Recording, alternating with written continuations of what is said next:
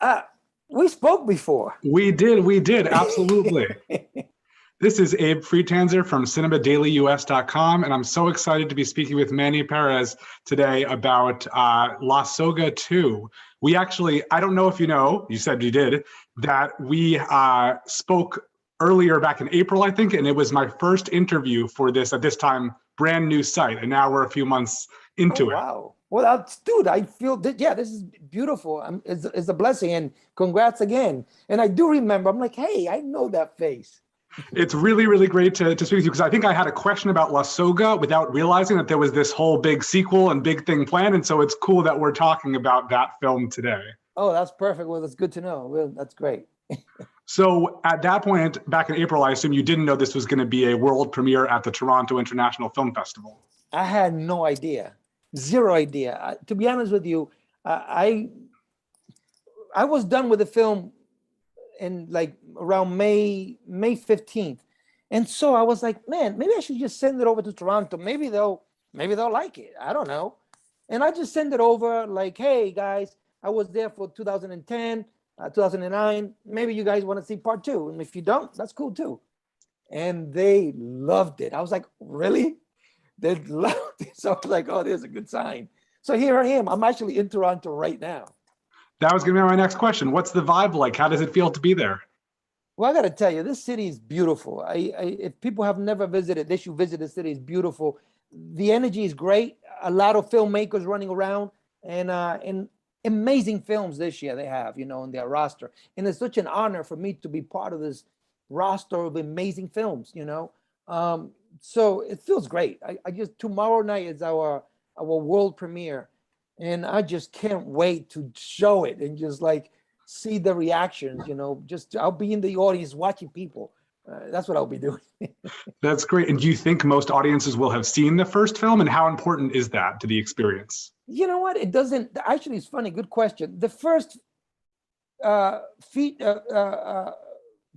film doesn't really, it's part of the second, but people don't need to see the second to understand what's happening on this, don't need to see the first to see what's happening on the second, because the second is it's a guy. Did you see it yet, or you haven't? Yes. Okay, it's a guy who we know had a bad past because he was a sicario. He talks about it, a hitman, but he's trying to just live a normal life, and he has these nightmares that haunts him. And his past, he's trying to forget his past. He moves to the smallest town in the country you can find, which is Pawtucket, Rhode Island. And he's trying to just live a normal life, but his past haunts him and finds him, and he has to confront his past, thus confront himself. And I think that's the beauty of this guy who's just trying to be a normal guy, The sad thing is that he's had a bad past. So I don't really think you need to see part 1 to understand it, but if you want to, that's fine too. But I think it works on its own. And you described back in April, you said that this film was more action, whereas the first one was more artsy. Is that what you think about the finished product? That is so true. Well, I'm glad it's funny because we did have that conversation. Yeah, it is actually. I think part 1 was more artsy. Part 2 is more action, but also it has a lot of element of playing with the mind of this man who's trying to do the right thing. Yeah, I think I like part 2 more than part 1. I have a preference. That would be my preference out of both. And mind you, I wrote both of them, and And so the second film does give a big spotlight to Hada Vanessa's character. What can you say about her character and her as an actress? Wow, no, she's actually a big surprise in the film. It's funny. I had no idea that she was such a good actress. I've known her for a long time.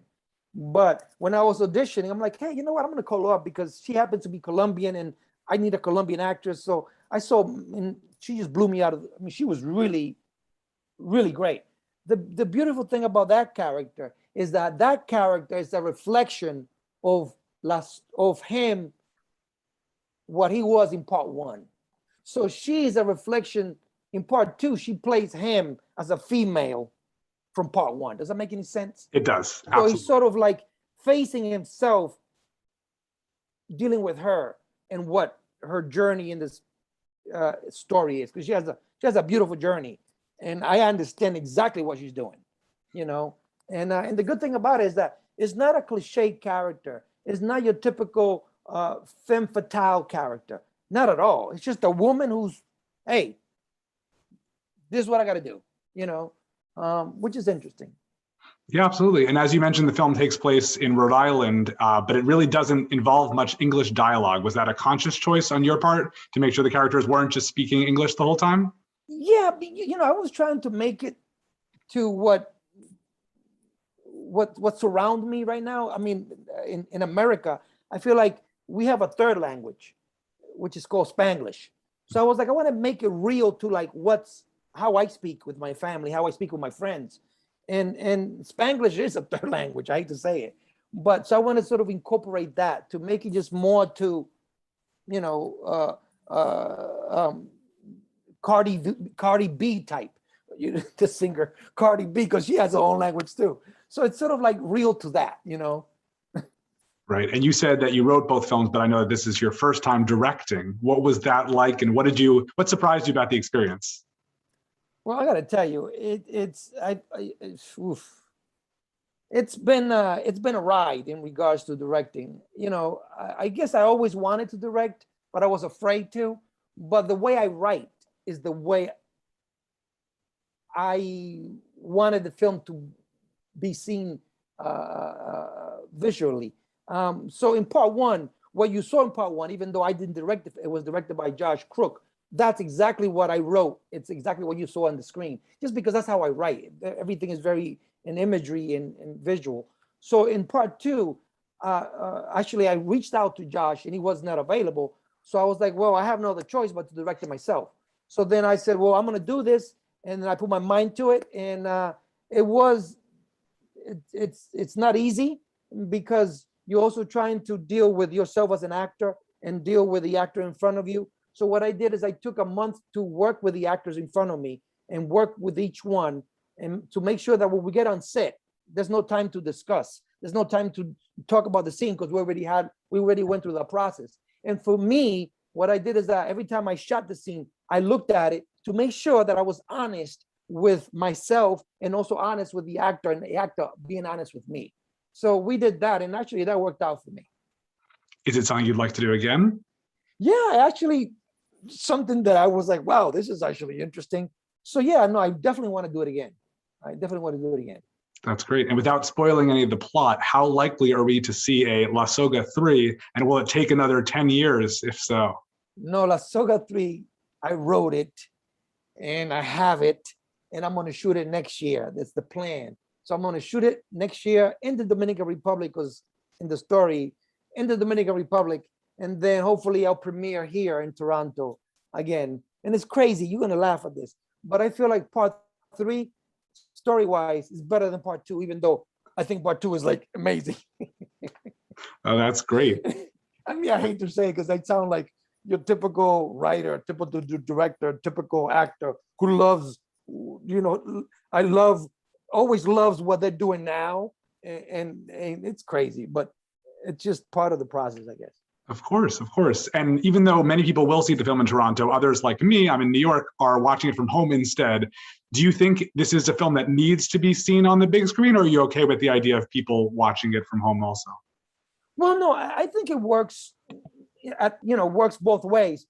Personally, I love to see it in the big screen with crowd around me, just because I want to see the reactions of the crowd, But I also think it works people watching it at home. And I feel like, the whole industry is changing with these streaming platforms, that I think that's going to be the future. And I hate to say it, but I think that's going to be the future. What's not good about that is that that's going to kill independent filmmakers like myself that want to still see films in the big theaters.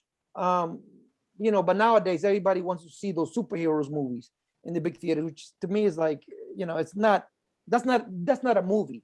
That's something else.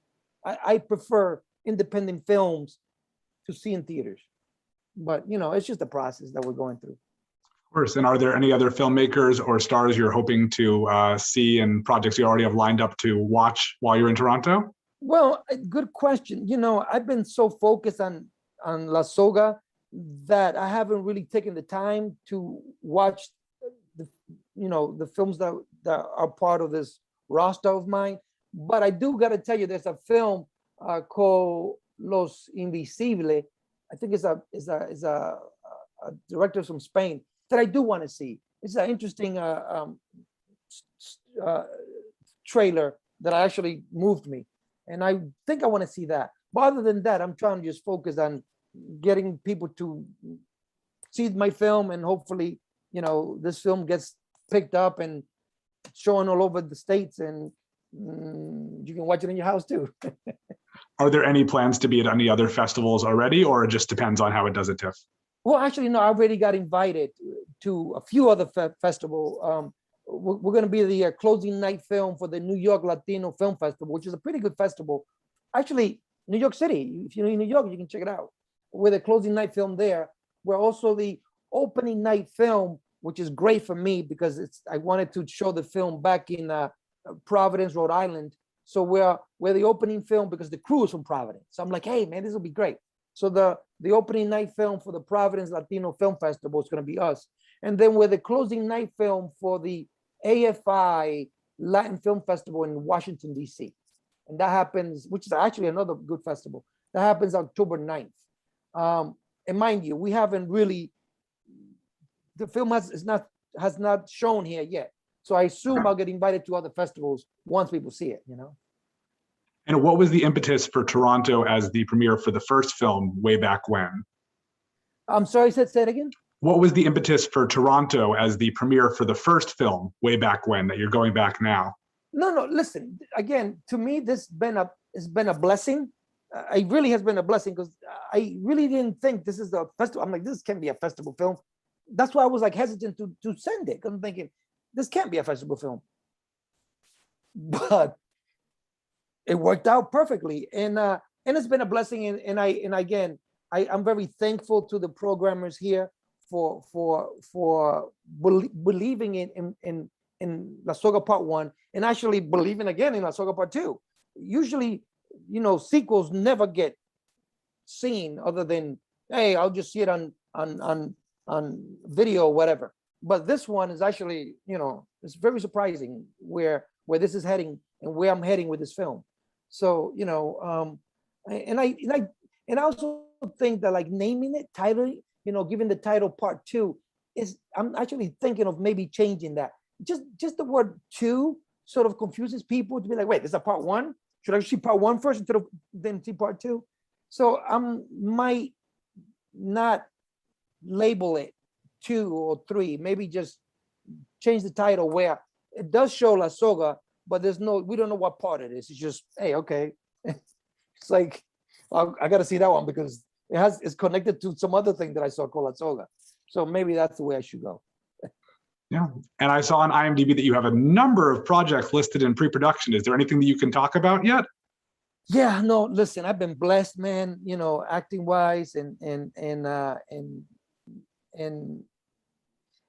yeah, but I would love to talk about them, but I just can't because it seems like I got to make sure that I sign that document or that contract or that agreement before I start talking, because what if it goes away? And I'm like, well, I spoke about it and it's not signed. But yeah, no, they put me down there, and it's crazy because some people put you down on IMDb without checking with you. So you're like, wait a minute, that means that I'm actually directing that project or I'm acting in that project. So it's a little bizarre. Well, so I'll ask you, what advice would you give to aspiring filmmakers who aren't sure whether they can, make it in this business? Well, good question, man. That's a good question. I truly believe that, especially my case, I'll tell you where I come from. And I think, I'm not sure if I told you this last time. I was born in the Dominican Republic, in the mountains of Dominican Republic. I was dead poor. But I always had a dream of becoming an actor. So when I moved to this country, I was like, okay, I'm going to learn English and I'm going to prepare myself to become an actor. So I really learned English and prepared myself and learned the craft of acting. And slowly I started getting roles and started doing off Broadway plays and then episodic independent shows. And then I was like, well, I'm going to produce, I'm going to write and continue writing. And now I'm directing. And I feel like if you have a dream, you can make it a reality if you put your mind to it. I believe that we control our journey. We control our destiny. It's all about, how much or how badly do you want it? That's how I look at life, Yeah, no, that's great. Well, I wish you lots of luck in Toronto with La Soga 2. Thank you. And I hope we get to talk about La Soga 3 or whatever it's going to be called, since it won't be La Soga 3, right? No, it won't be. At some point in the future. Thank you so much. Really, it's really a pleasure, and congrats to you again. And hopefully we'll meet in person. Absolutely. Thank you so much. Take care. Bye.